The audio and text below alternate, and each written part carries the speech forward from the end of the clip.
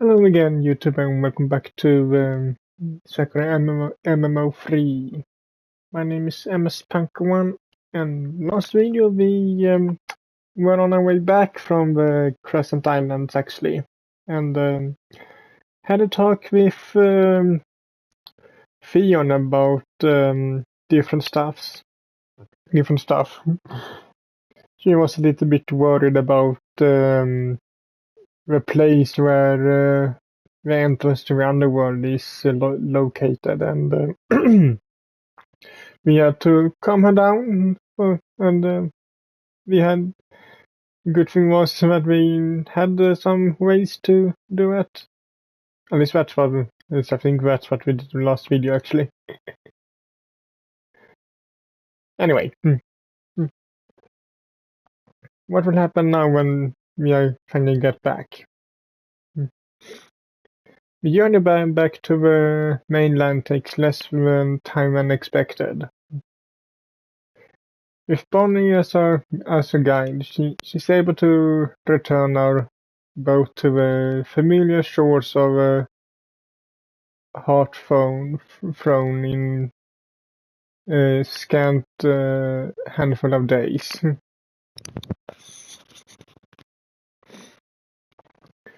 Bonnie and Fionn lash the boat up to the harbor, and then the five of us exit our vessel and step onto dry land.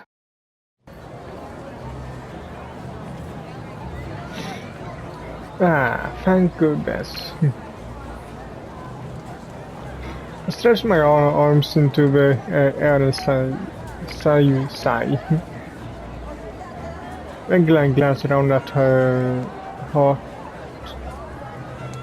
Heartthrown harbor.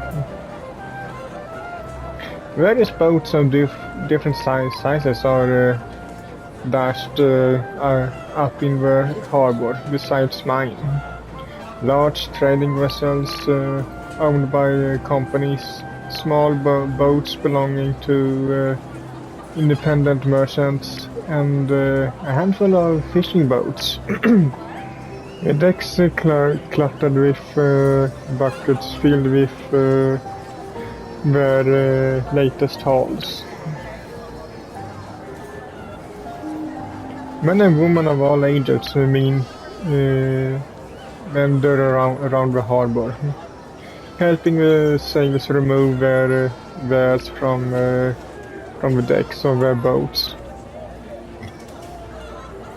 The smell of fish is heavy in the air, and excitable chatter mingles with screams and yells from the nearby market, as traders try to sell their wares. This place really is a bustling hub of activity. I was a little afraid before disembarking that Bonnie might be spotted by the village guards and arrest her for the crimes. Fortunately, this place is so busy, nobody's paying us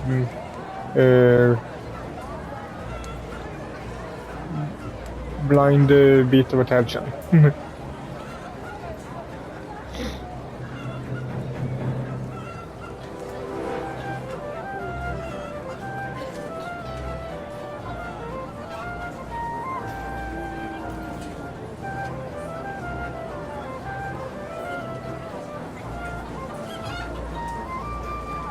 Bonnie's voice is wistful, and there's a complicated smile on her face. I guess it makes sense. The girls like me and Larry, who weren't made for life on the seven seas, returning to dry land is a relief. To Bonnie, however, who spent most of her life at sea. Being on a boat probably feels more like more homely than a harbor ever could.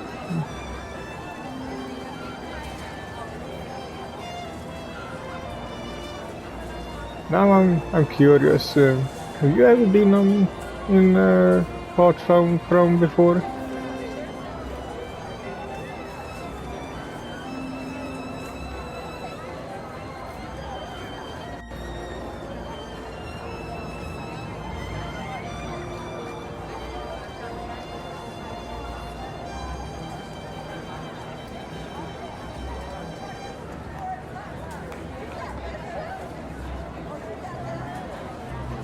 Yeah, to plunder it, right?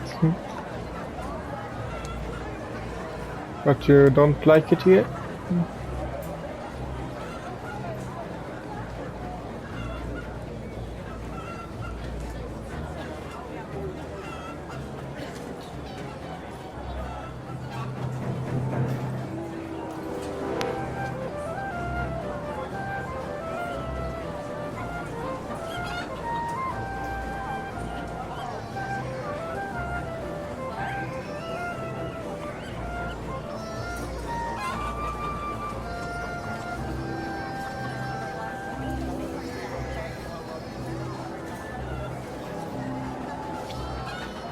So what are you going to do now?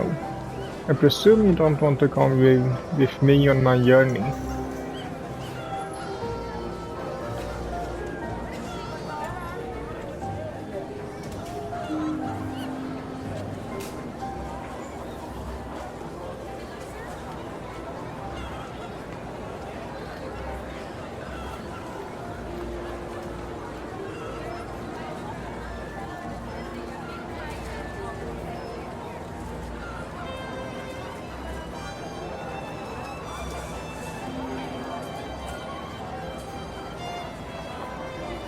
I think I can hear Neve mumble, thank goodness, under her breath. But I choose not to comment on it. I thought as much. I would have been more surprised if you had changed your mind. So what will you do now? Are you going to pursue your own path in life?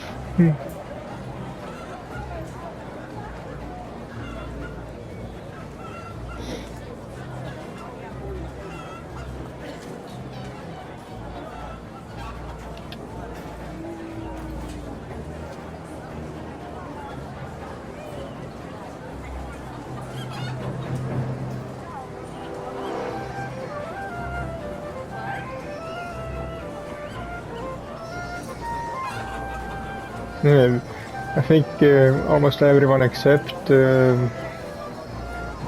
Neve, of course, actually wants her to join them. So it's more or less trying to make her change her mind.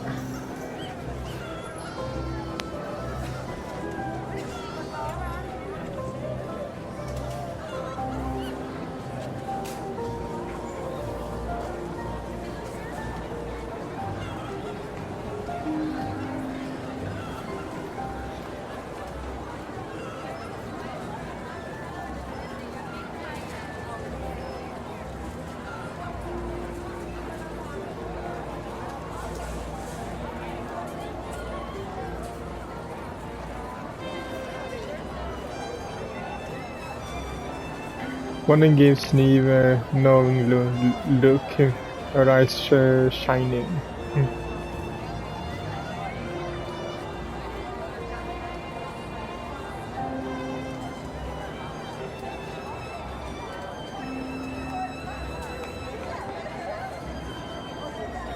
Neve folds her arms across her chest and turns her nose up in the air.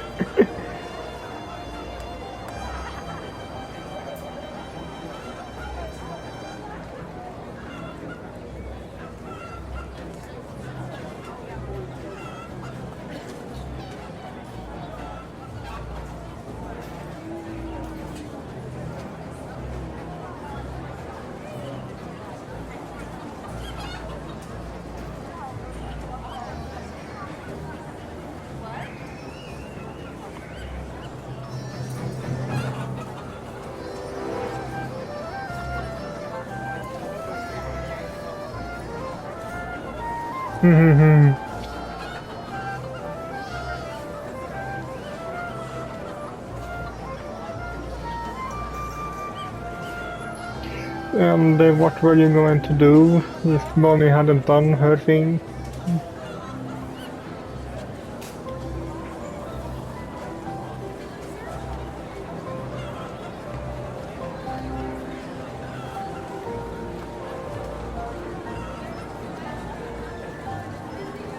Neve's face begins to turn an adorable shade of pink. She blubbers, gritting her teeth together in embarrassment.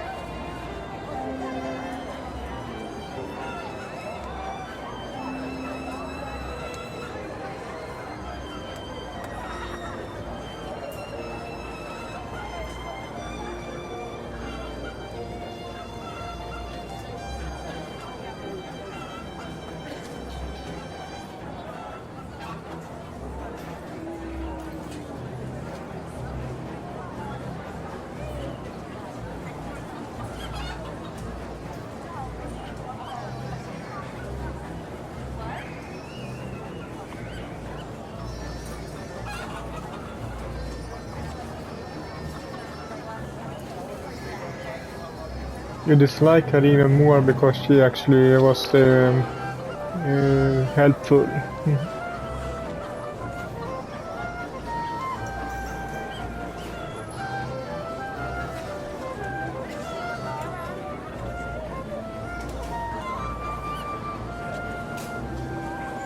Bonnie smiles and reaches out to pat the top of Neve's head.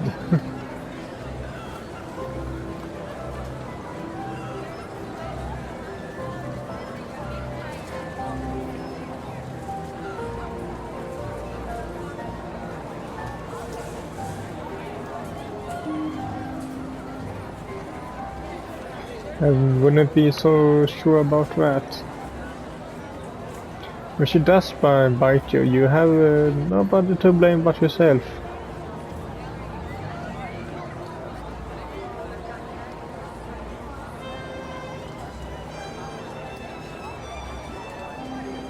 Eh? Wait, can it be that Neve actually likes her, but she's such a tsundere that she won't acknowledge it, maybe even to herself?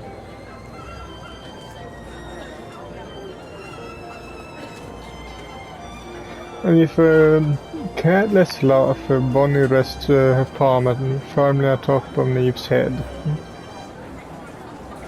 I pause, waiting for the inevitable blowout. I can see Neve's fingers clenching into fists at her sides. Her teeth grind together with such force. I'm surprised she hasn't stranded her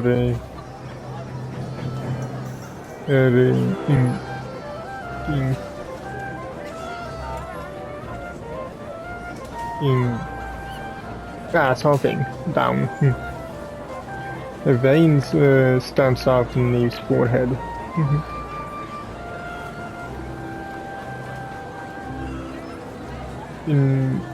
Inwardly, I count to 3.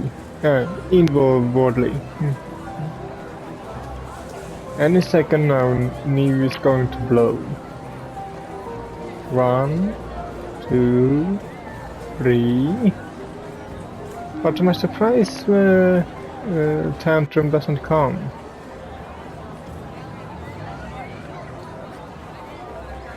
Though I'm sure Neve wants to use her magic to seal the skin of Bonnie's face, she doesn't.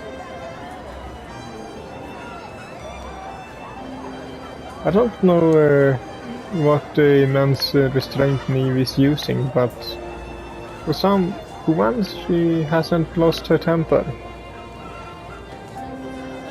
Instead she stands there stiffly and let Bonnie pet her as though she doesn't despise her.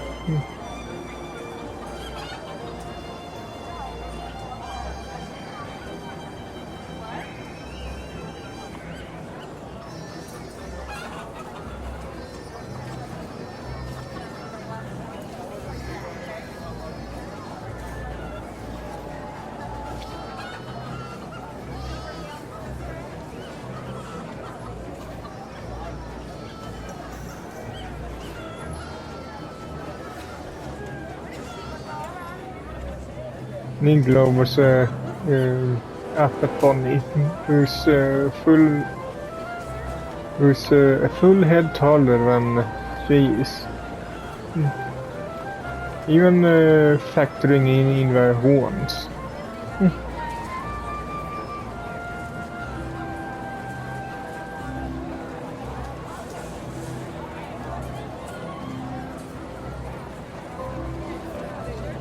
Sure, but if that isn't a Sundar tone, then I don't know what is.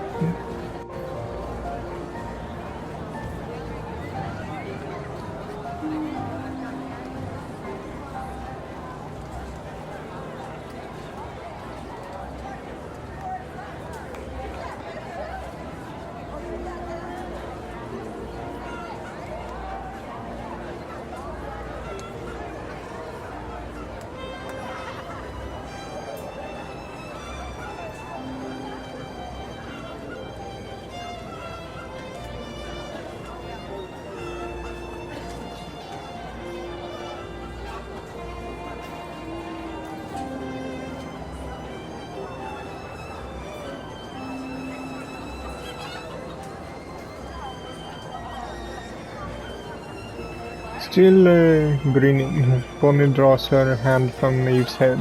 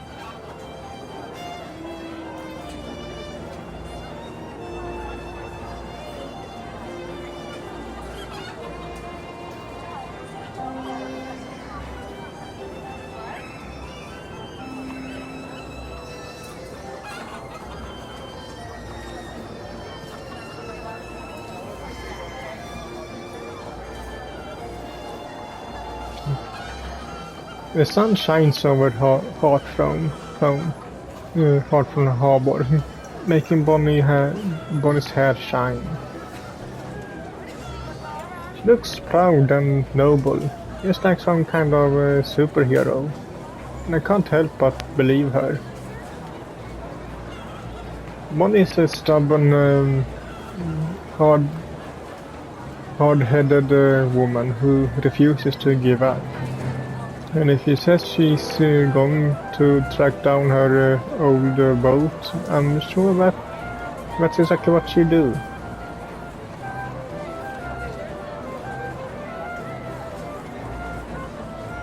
I think that that is a very impressive goal. But you should allow me to make things simpler for you.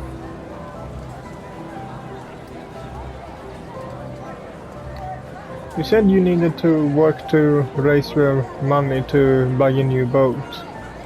But I think that's an unnecessary step. You already have a boat at your disposal. Ah, she's gonna sell her her boat.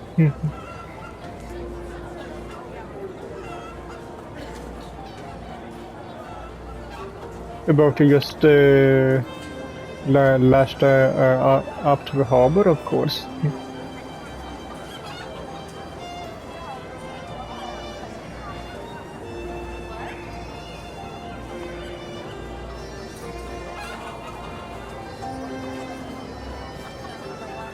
Since when did pirates care about the things being fair and square? That philosophy didn't come up when you launched that attack on me.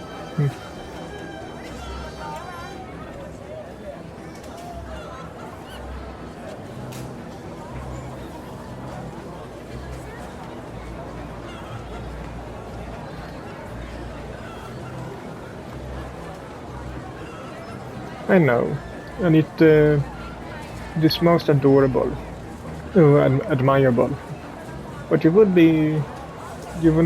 not be stealing this boat from me. I'm offering it as a gift. I have no further use of it.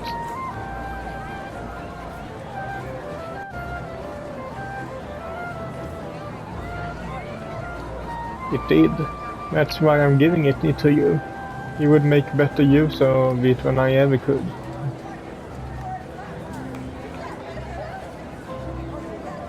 For free.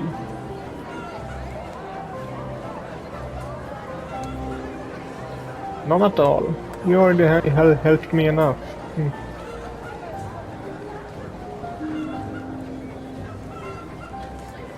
Bonnie looks between me and the boat, then back again, speechless.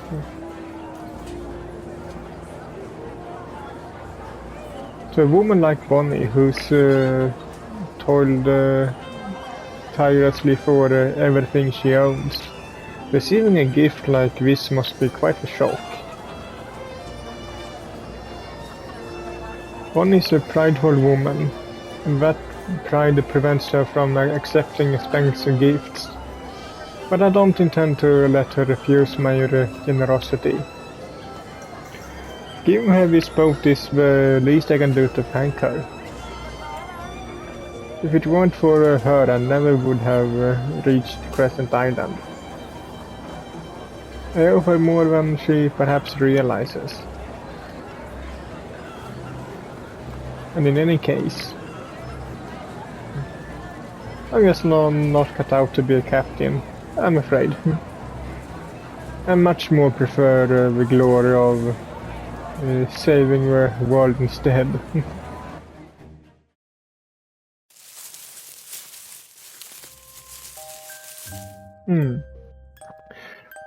But I think that is a good place to end this video at, so hope you liked it, and if you did, so leave a like to it as usual, and I will see you all in the next one. Bye!